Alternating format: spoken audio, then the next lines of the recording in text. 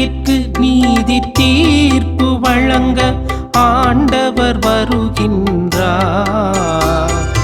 ஆண்டவர் வருகின்றார்.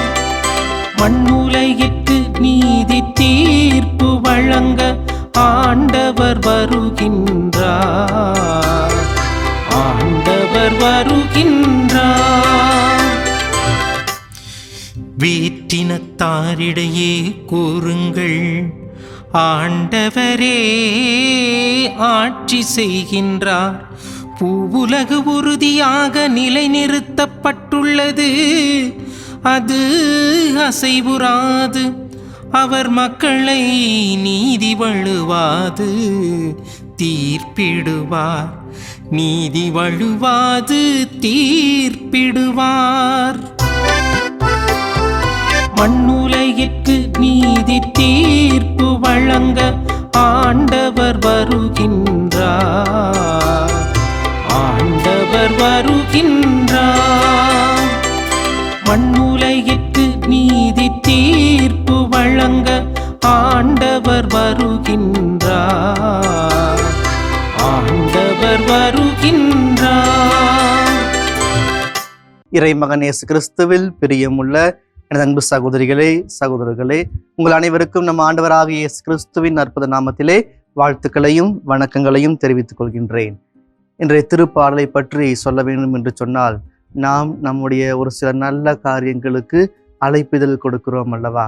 அதே போன்று அழைப்பு விடுக்கிற ஒரு திருப்பாடலாக இருக்கிறது. இது எத்தனாவது அழைப்பு என்று சொன்னால், இரண்டாவது அழைப்பாக இருக்கிறது. எதற்காக இந்த இரண்டாவது அழைப்பை இந்த திருப்பாடலின் ஆசிரியர் அந்த இறை மக்களுக்கு கொடுக்கிறார் என்று சொன்னால், பிற இனத்தார் முன் சாட்சியாக வாழ வேண்டும். எந்த அளவிற்கு நாம் சாட்சியம் பகர வேண்டும் என்பதற்கு ஒரு முக்கியத்துவமான திருப்பாடலாக இந்த பகுதி அமைந்திருக்கிறது. அப்படி என்று சொல்லப்போனால், எதை பற்றி நாம் சான்று பகர வேண்டும்? அவரது ஆட்சியை பற்றி, இந்த உலகம் முழுவதற்கும் அவர் ஒழுங்குபடுத்தி வழி நடத்துகிறார் என்பதை குறித்தும், அவருடைய அமைதியை இந்த உலகிற்கு விட்டு செல்கின்றிருக்கிறார் என்பதை குறித்து காட்டுவதற்குமாக ஒரு இதாக இருக்கிறது. நீதியுடன் தீர்ப்பு வழங்க வருவார் என்பதை இந்த மக்களுக்கு நாம் எடுத்து கூற வேண்டிய சாட்சிகளாக இருக்கிறோம் என்று இது சுட்டிக்காட்டப்படுகிறது. அடுத்ததாக பார்க்கிற பொழுது மீண்டுமாக அந்த இரண்டாவது அழைப்பிற்குள்ளாக ஒரு அழைப்பு விடுக்கப்படுகிறது. எதற்காக சொன்னால், இந்த அழைப்பு நீ மகிழ்ச்சியா இருக்க வேண்டுமா, நீ ஒரு கொண்டாட வேண்டுமா? எதை கொண்டாட வேண்டும் என்று இந்த திருப்பாடல் அழைக்கிறார் என்று சொன்னால், மனிதன் இந்த படைப்பு இரண்டையுமே அழைத்து இந்த உலகிற்கு வர இருக்கிற அந்த நேர்மையான கடவுளுடைய ஆட்சி எதிர்பார்த்து காத்து கொண்டாடு என்று சொல்லியும், அதிலிருந்து நாம் விடுதலை கொடுக்கிற கடவுளாக அவர் இருக்கிறார் என்பதை சுட்டி காட்டுகிற ஒரு அரசாக இது இருக்கிறது. அவர் இரண்டாம் முறை வருகிற பொழுது எப்படி நாம் அவரை எதிர்கொள்வோம், அவருக்கு நாம் எப்படி இருப்போம், நாம் அவரை எப்படி பார்ப்போம் என்பதை இது தெளிவாக சுட்டி காட்டுகிறது. அரசுகள், நாடுகள், மக்கள் அனைவருமே ஒருவர் பின் ஒருவராக தங்களை ஒப்பு கொடுப்பர். எல்லாரும் ஒட்டுக்கா கூட்டமா வந்து அப்படியே அவர் முன்னாடி போய் விழுந்து அவரிடம் பணிவதல்ல, மாறாக ஒருவர் பின் ஒருவராக, ஒரு நாட்டுக்கு பின் ஒரு நாடாக, ஒரு மக்களுக்கு பின் ஒரு மக்களாக, ஒரு அரசுக்கு பின் ஒரு அரசாக எல்லோருமே அவர் முன் நம்மையே நாம் சமர்ப்பித்துக் கொள்ள போகிறோம். அதுதான் நிதர்சனமான உண்மையாக இருக்கிறது.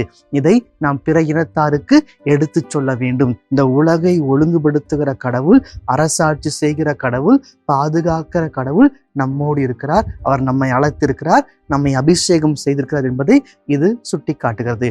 ஏன் இந்த அபிஷேகம், ஏன் இந்த மகிழ்ச்சி என்று சொன்னால், எப்பொழுது நம்முடைய மகிழ்ச்சி, எங்கே அந்த மகிழ்ச்சி இருக்கிறது என்று சொன்னால், உண்மையிலே சிந்தித்து பார்க்கிற பொழுது, நாம் எப்பொழுது ஆலயத்திற்கு வருகிறோமோ, அவருடைய பிரசன்னத்தில் எப்பொழுது இருக்கிறோமோ, ஆண்டவர் முன்னிலையில் எப்பொழுதெல்லாம் நாம் இருக்கிறோமோ அப்பொழுதெல்லாம் மகிழ்ச்சி நமக்கு இருக்கிறது. இந்த உலகிலே இறை பிரசன்னத்திலே நற்கருணை முன்பாக நாம் வருகிற பொழுது அந்த மகிழ்ச்சி இருக்கிறது. அதே ஒன்று விண்ணுலகிலே கடவுள் முன்பாக நாம் இருக்கிற பொழுது அந்த மகிழ்ச்சி இன்னும் இரட்டிப்பாக சேர்த்து நமக்கு கொடுக்கப்படும் என்பதை இந்த சூழலை நாம் மறந்துவிடக் கூடாது. அப்படி பார்க்கிற பொழுது இந்த நேர்மையையும் தூய்மையையும் கடவுள் கொடுக்கிறார். நாம் நேர்மையாக தூய்மையாக நடந்து கொள்ள வேண்டும்.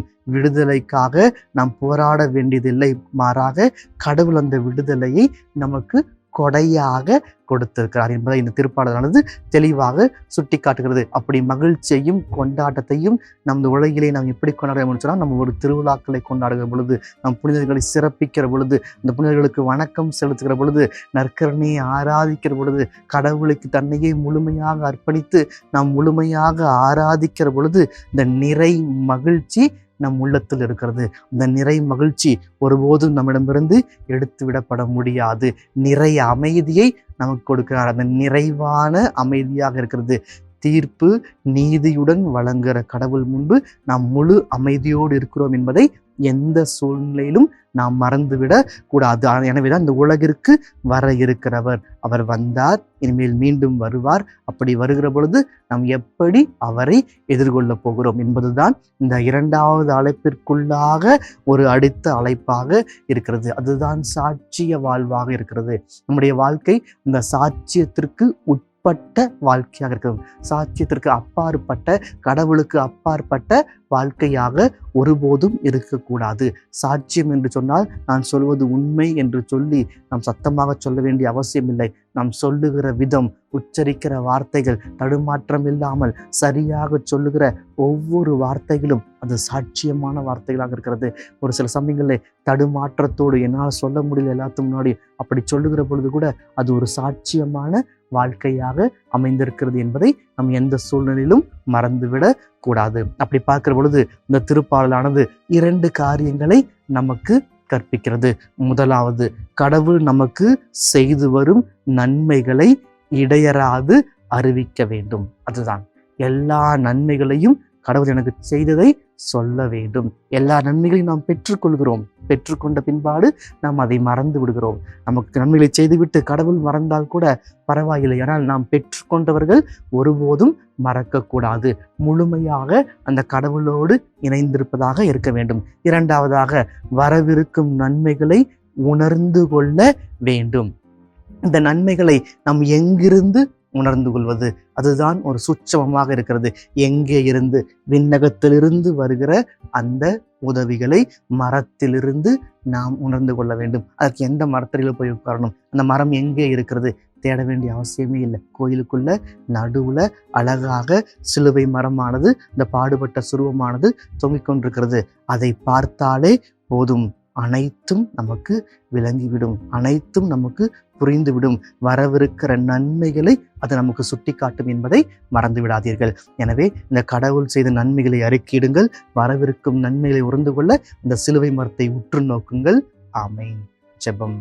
எங்களை எந்நாளும் அன்பாய் காத்து நேசித்து வழிநடத்தும் எங்கள் அன்பின் பரலோக பிதாவே, சிலுவை மரத்தை நாங்கள் உற்று நோக்கி எங்கள் குடும்பத்திற்கு, எனக்கு, என் மகனுக்கு, என் மனைவிக்கு, என் குழந்தைகளுக்கு வர இருக்கிற நன்மைகளை உணர்ந்து கொள்ளவும், அதற்கு நான் செய்ய வேண்டிய காரியங்களை சரியாக செய்து முடிக்கிற ஆற்றலை தருவீராக. என்னுடைய வாழ்நாளிலே இது நாள் வரைக்கும் நீர் செய்த சகல நன்மைகளையும் நினைத்து பார்த்து நான் மறந்து போன எல்லா நன்மைகளையும் நினைவிற்கு கொண்டு வந்து அதை சாட்சியாக எடுத்து சொல்லுகிற ஆற்றலை எனக்கு தந்து வழி நடத்துவீராக. இறை வல்லமையான பிரசன்னத்திலே நாங்கள் நிலைத்திருக்கிற ஆற்றலை பொழிந்து சாட்சியாக வாழ்கிற ஆற்றலை தருவீராக. ஆமென்.